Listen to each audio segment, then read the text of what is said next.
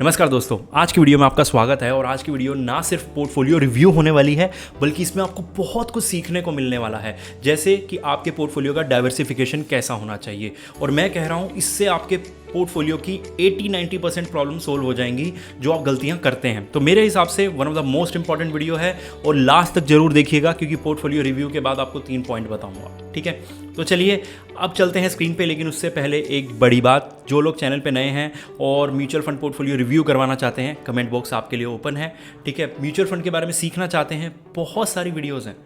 ठीक है, और किसी लाइसेंस्ड बंदे के द्वारा बनाई गई ये वीडियोज़ है ना, तो ये वीडियोज़ कॉपी भी नहीं होती और खुद की रिसर्च होती है, हमारी खुद की टीम की रिसर्च होती है, जिससे और हमारे एक्सपीरियंस के बेस पे होती है, सिर्फ किताबों के बेस पे नहीं कि हाँ ये म्यूचुअल फंड ऐसा है या म्यूचुअल फंड इंडस्ट्री ऐसे काम करती है। हमारे एक्सपीरियंस के बेस पे, पिछले 8 साल के एक्सपीरियंस के बेस पे मैं आपको ये बता सकता हूँ कि क्या चीज़ें कैसे काम करती हैं। और इस वीक कुछ ऐसी वीडियोस आने भी वाली हैं, और आधी वीडियो का पार्ट जो मैं रिव्यू करने के बाद आपको बताऊंगा, तो वो भी आपको पता लग जाएगा कि किस तरह से पोर्टफोलियो डाइवर्सिफिकेशन करते हैं। अब लास्ट चीज़ उन लोगों के लिए जो लोग टाइम नहीं देना चाहते या जिन लोगों के पास नॉलेज नहीं है लेकिन वेल्थ अच्छी खासी क्रिएट करना चाहते हैं, एग्रेसिव जाना चाहते हैं। तो अगर ये कॉम्बिनेशन आपका भी बनता है तो आपके लिए स्क्रीन पे दिखाया गया नंबर बहुत ज़रूरी है। ठीक है, क्योंकि यहाँ पे आप बिना रिसर्च, बिना अपना टाइम दिए बहुत अच्छी खासी वेल्थ जनरेट कर सकते हैं, जो आप शायद खुद ना कर पाते। ठीक है, उन लोगों के लिए जो अपने पोर्टफोलियो को टाइम नहीं दे सकते और नॉलेज नहीं है। ठीक है, अब चलते हैं, बाकी बात वहाँ हो जाएगी। स्क्रीन पे चलते हैं और देखते हैं किस तरह का पोर्टफोलियो हम रिव्यू करने वाले हैं और क्या क्या फ़ायदे नुकसान हैं और डाइवर्सिफिकेशन कैसे होगा। ठीक है, यहाँ पे इन्होंने लिखा हुआ है लव योर कंटेंट। ठीक है, even I want to review my portfolio, this is my second request, hope it will work. ठीक है, और इसके बाद मतलब मुझे यहाँ पे ये इमोजी समझ नहीं आया, बाकी ठीक है, चलो छोड़ते हैं इस चीज़ को। अब यहाँ पे ये मुझे दिखा कि मैंने कहा यार इसमें सिर्फ 600 रुपये डाले हुए हैं, लेकिन अगर मैं पोर्टफोलियो देखूँ कितने का है, पोर्टफोलियो है 5100 रुपये का, यानी कि 5100 की SIP है, जिससे 10% से ज़्यादा इसमें डला हुआ है, तो इसमें कोई दिक्कत नहीं है। ठीक है, एक इंडेक्स फंड ले लिया आपने, बहुत अच्छी बात है। एक स्मॉल कैप ले लिया, अच्छी बात है। नैस्डैक भी ले लिया, एक थीमेटिक फंड भी ले लिया, ठीक है, सब कुछ ठीक है। ICICI प्रूडेंशियल निफ्टी 50, सबसे पहले तो आप ये फंड चेंज कर सकते हैं, एक एक्टिव मिड कैप ले सकते हैं। और इस हफ्ते चैनल पे एक वीडियो भी आने वाली है, तो चैनल को सब्सक्राइब कर लो। ठीक है, तो उससे आपको पता लग जाएगा कि चैनल पे जब वो वीडियो आएगी तो वो आपके लिए काफ़ी यूज़फुल रहेगी, आप एक मिड कैप ऐड कर सकते हो। लेकिन एक प्रॉब्लम मैं आपको बताता हूँ, देखो नैस्डैक में जाना या फिर किसी थीमेटिक में जाना वो तब है जब आप थोड़ा सा ना डाइवर्सिफिकेशन ज़्यादा करना चाहते हो। अभी अगर आप इतने की SIP कर रहे हो, ठीक है, तो इंडियन मार्केट में रहो, फोकस्ड रहो, 3 फंड्स के अंदर बहुत हैं। ठीक है, इनमें मुझे नहीं लगता आपको ज़्यादा जाने की ज़रूरत है। जब तक ये अच्छा परफॉर्म कर रहे हैं करने दीजिए, उसके बाद जब आप इनकी SIP रोकें तो अपना फोकस एक इंडेक्स फंड, एक अच्छे खासे मिड कैप और एक स्मॉल कैप पे रखें। ठीक है, अभी आप कम अमाउंट है तो चर्निंग अच्छी खासी कर सकते हैं। उसके बाद अगर मैं यहाँ पे बात करूँ तो दूसरा जो पोर्टफोलियो है, इन्होंने यहाँ पे एक चीज़ बोली हुई है कि मैं एक मॉडरेट एग्रेसिव इन्वेस्टर हूँ। ठीक है, ऊपर से इन्होंने जो मुझे अपना टोटल रिटर्न नीचे दिखाया कि मैं नवंबर से स्टार्ट किया हुआ है और टोटल रिटर्न मेरा यानी कि एब्सोल्यूट रिटर्न जिसे हम बोलते हैं वो 11% के आसपास है। तो पहले मुझे लगा कि ठीक है, लेकिन फिर मैंने अपने क्लाइंट्स के पोर्टफोलियोज चेक किए जिनका नवंबर में कोई स्टार्ट हुआ था। ठीक है, और मैंने नॉर्मली हल्का फुल्का देखने की कोशिश करी तो मुझे लगा कि ये नंबर काफ़ी कम है। ठीक है, लेकिन फिर ऑब्वियस सी बात है, जब ये मॉडरेट अग्रेसिव इन्वेस्टर हैं तो मैं इनको एग्रेसिव इन्वेस्टर से कंपेयर नहीं कर सकता कि यहाँ पे किसी के 15% रिटर्न थे, किसी के 14% रिटर्न थे या किसी के 16% रिटर्न थे, तो मैं इससे कंपेयर नहीं करूँगा क्योंकि ये रिस्क नहीं लेना चाहते। लेकिन फिर ऊपर इनका पोर्टफोलियो देखता हूँ तो भाई ये पोर्टफोलियो रिस्क से भरा हुआ है। इन 3 फंड को देखिए आप, निपॉन स्मॉल कैप, पहली बात तो स्मॉल कैप है, रिस्की होगा। फिर क्वांट का स्मॉल कैप, ऊपर ऑलरेडी क्वांट आप ले चुके हो तो दोबारा क्वांट, तो मेरे हिसाब से ये सबसे ख़राब डाइवर्सिफिकेशन है। नीचे जाके आपको सिखाऊंगा कि कैसे आपको डाइवर्सिफिकेशन बहुत अच्छे से करना है। ठीक है, क्योंकि यहाँ पे ना देखो, अभी इन्होंने सारे के सारे, लगभग सारे के सारे ऐसे फंड भर लिए जो मतलब मेजरली पोर्शन वो भर लिया जो परफॉर्म नहीं कर रहे। ठीक है, उसके बाद आपका ये भी अंडर परफॉर्म कर रहा है, तो पोर्टफोलियो बहुत ख़राब हालत में है, इसको सुधारने की ज़रूरत है। कैसे, वीडियोस देखते रहिए, बाकी नीचे मैं आपको बताता ही हूँ। ठीक है, यहाँ पे इनका जो पोर्टफोलियो है, SBI कॉन्ट्रा बहुत अच्छा, मोतीलाल ओसवाल मिड कैप बहुत अच्छा। ठीक है। उसके बाद जेएम फ्लेक्सी अच्छा खासा चल रहा है, ये भी अच्छा खासा चल रहा है।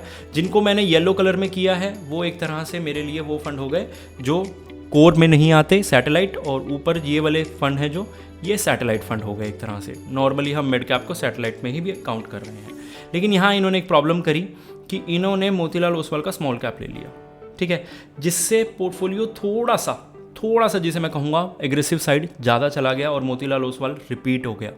40% एक्सपोजर मोतीलाल ओसवाल का हो गया। तो मेरे हिसाब से ये फंड छोड़ के बाकी आपके पोर्टफोलियो में कोई प्रॉब्लम नहीं है, इसको आप किसी अच्छे फंड से रिप्लेस कर सकते हैं। अगर स्मॉल कैप में भी करना चाहते हैं तो भी आपको बहुत ऑप्शंस मिल जाएंगे, ठीक है। थोड़ा सा और नीचे जाएं, इनका जो पोर्टफोलियो है पराग पारिक फ्लेक्सी कैप, चलिए ठीक है।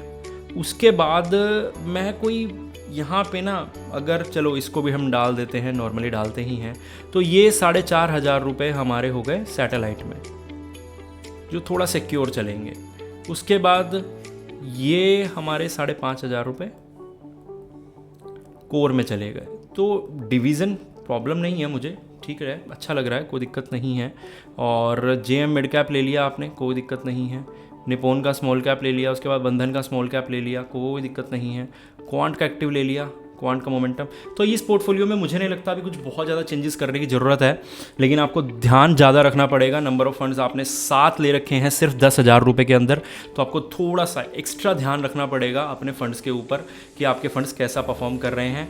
और आपका जो क्वांट है आपने बेशक 2 बार ले रखा है, लेकिन स्टिल 1,000 रुपये डाले हुए हैं, तो सारा का सारा एक्सपोजर 20% हो गया।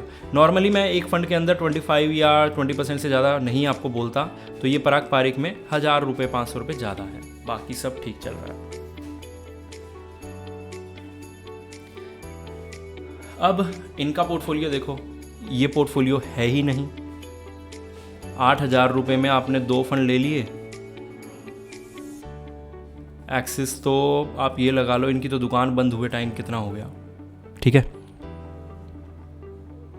घटिया है, मतलब ये तो, मतलब इस चीज़ को जितना मैंने अच्छा इसको बोला ना कि ये बहुत अच्छा है, कि थोड़ी बहुत हल्की फुल्की चेंजेस की ज़रूरत है, बहुत बढ़िया चल रहा है, ये उतना ही घटिया है कि ये पोर्टफोलियो ही नहीं है यार मेरे हिसाब से। तो ना इसमें प्रॉपर डाइवर्सिफिकेशन है, ना इसमें कुछ एग्रेसिव चलने की चाह है। ऑब्वियस सी बात है, देखो यहाँ दिक्कत आती है जब मैं बोलता हूँ कि नॉलेज नहीं है तो दिक्कत आएगी, ठीक है। उसके बाद अगर हम नीचे चेक करें यहाँ पे, तो यहाँ फिर से वही प्रॉब्लम कि पराग पारिक में आपने 6,500 रुपये डाल दिया, उसके बाद आपने क्वांट में 7,000 रुपये डाल दिया, बचा मोतीलाल ओसवाल मिड कैप जो सिर्फ परफॉर्म कर रहा है, बाकी सब अंडर परफॉर्म कर रहे हैं, ठीक है। I want to keep only 1 quant mutual fund, ठीक है। उसके बाद हाँ, एक चीज़ है, आप क्वांट का फ्लेक्सी हटा सकते हो, इसका थोड़ा सा पैसा निकाल के आप बहुत सारे फंड्स हैं यार, महिंद्रा का मल्टी कैप है वो आप ले सकते हो, जेएम फ्लेक्सी कैप है वो ले सकते हो, बहुत सारे मल्टी कैप और जेएम फ्लेक्सी मल्टी और फ्लेक्सी कैप फंड हैं, ठीक है। अब यहाँ पे 2 फंड्स के 3 चीज़ों के ऊपर ध्यान देना है जो मैंने बोला था, डाइवर्सिफिकेशन समझाऊंगा आपको। सबसे पहली चीज़ 15-20 का रूल रखो कि 15 से 20%, 15 से 20% किसी एक पर्टिकुलर एएमसी में पैसा डालना है और किसी एक पर्टिकुलर फंड में।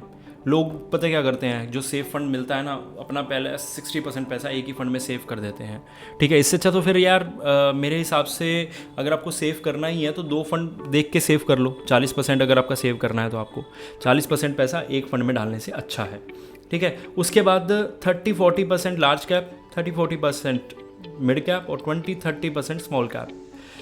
अग्रेसिव जाना है, बिल्कुल एग्रेसिव, सुपर एग्रेसिव हूँ मैं, अल्ट्रा एग्रेसिव हूँ, अल्ट्रा प्रो एग्रेसिव हूँ, ये मत करा करो यार प्लीज़। एग्रेसिव हो बहुत है, वेरी एग्रेसिव हो, एक आधा थीमेटिक ऐड कर लो बस। सर मैं अल्ट्रा प्रो मैक्स एग्रेसिव हूँ, मैं तो 90% स्मॉल कैप रखूँगा।